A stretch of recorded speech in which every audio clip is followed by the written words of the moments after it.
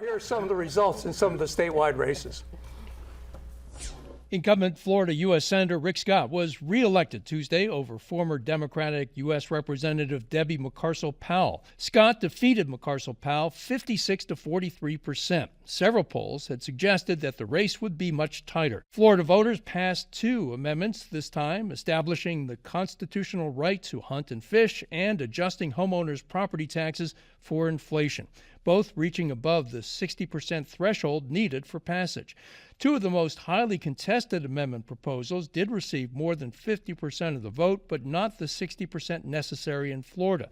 They were Amendment 3, the legalization of recreational marijuana, and Amendment 4, creating a constitutional right to abortion. Creating partisan school board races and eliminating public financing of campaigns also had majority support, but not enough to become part of the state constitution. So, Dan, the amendments that would enact abortion rights and also recreational marijuana had even bigger numbers than the school board, school board question or the public financing question. That's right. But still, in Florida, the way our system is set up, they don't win. It's designed by a gutless legislature that makes it very, very difficult to commit democracy in this state. You know, 57% anyplace else, you win. But the way the legislature has designed the constitutional amendment process, it really just freezes people out. But it should send a message to the legislature that a majority of Floridians, Republican and Democrat, liberal and conservative, voted to legalize marijuana, and they voted to expand abortion rights in the state by a substantial margin, and the legislature should pay attention to that. Just disagree a little bit with Mr. Ruth again, because talking about this is not democracy, but in fact you could say it was democracy. This was put on the ballot.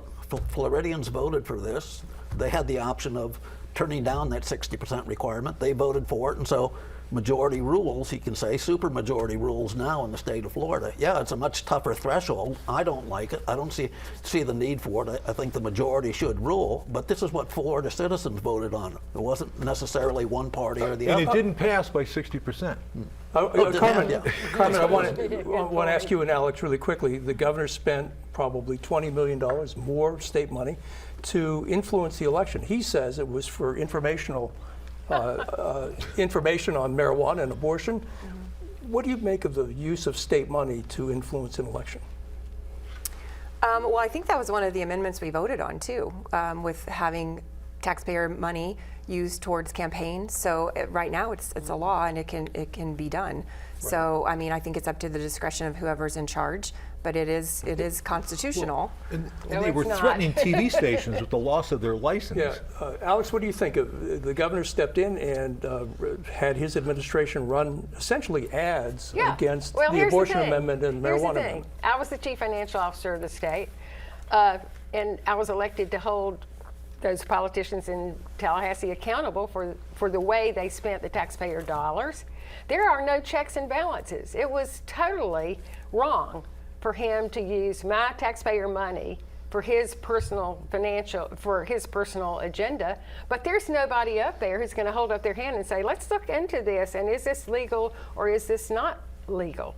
And there is a law on the books that says that states should not influence elections. Absolutely.